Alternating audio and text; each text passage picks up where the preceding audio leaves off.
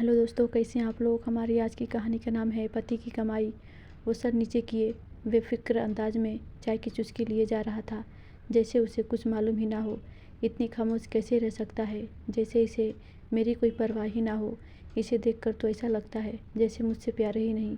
विशाल मीनल की मन की बातों से बेफिक्र चाय की चुस्की लेने में व्यस्त था। इधर मीनल मन ही मन जली भुनी जा रही थी।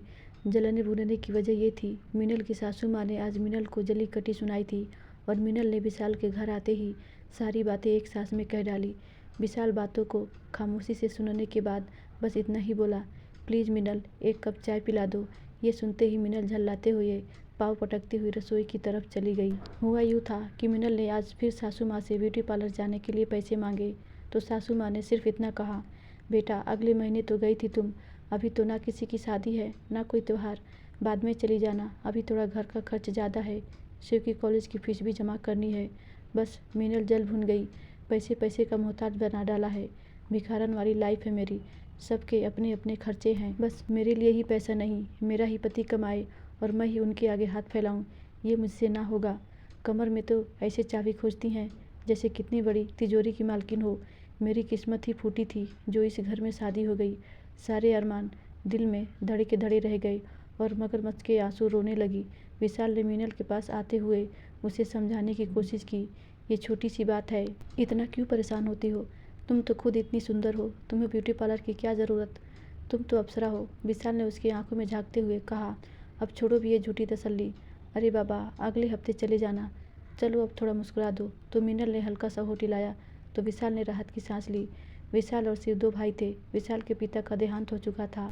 घर में कमाने वाला विशाल ही था। शिव अभी MBA कर रहा था। मीनल की सास घर की गार्जियन थी।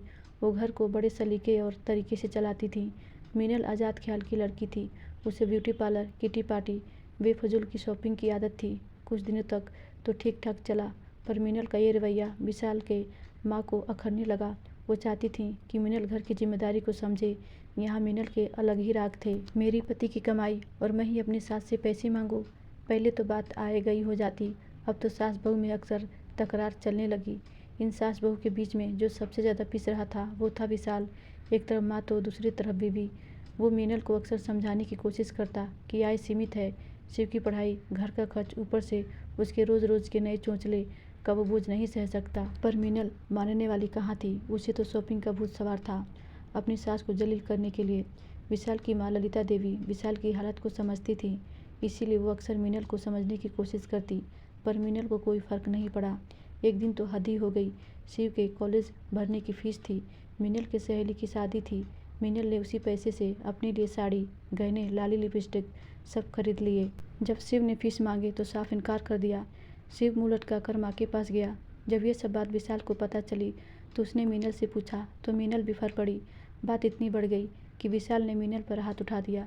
मीनल घर छोड़कर मायके चली गई। विशाल और ललिता देवी जब उसे लाने गए तो उसने अलग रहने की शर्त पर घर आना स्वीकार किया। विशाल और उसकी माँ के कदमों से ज़मीन खिसक गए। विशाल और ललिता देवी ने मीनल को मनाने की बहुत कोशिश की, पर मीनल के अपने अलग ही तर्क थे। उसके पति की कमाई है, इसीलिए उसकी मालकिन वो है। लास्ट में ललिता देवी ने विशाल और मीनल को अलग कर दिया। विशाल मानने को तैयार नहीं था, पर ललिता देवी ने उसे समझा बुझा के मीनल के साथ रहने को कहा। विशाल शुरू में तो माँ और भाई का ख्याल रखता, फिर धीरे धीरे वो मीनल की बातों में आकर लापरवाह होता गया। अब मीनल पैसे को पानी की तरह बहाती, देर से सोकर उठती, अक्सर बाहर से खाना मंगाती, पार्लर जाती, शॉपिंग करती।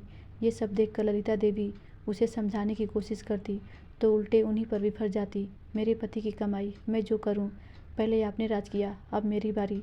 ललिता देवी खामोश हो जाती। उन्होंने शिव को पढ़ाने के लिए अपने सारे गहने बेच दिए। सिलाई बुनाई करती, घर का गुजारा मुश्किल हो गया था। घर में कमाने वाला सिर्फ विशाल ही था। वक्त गुजरता गया। विशाल वक्त से पहले ही बूढ़ा हो गया। मीनल के फजूल खर्ची और 2 बच्चों के खर्च ने उसे वक्त से पहले ही बूढ़ा बना दिया।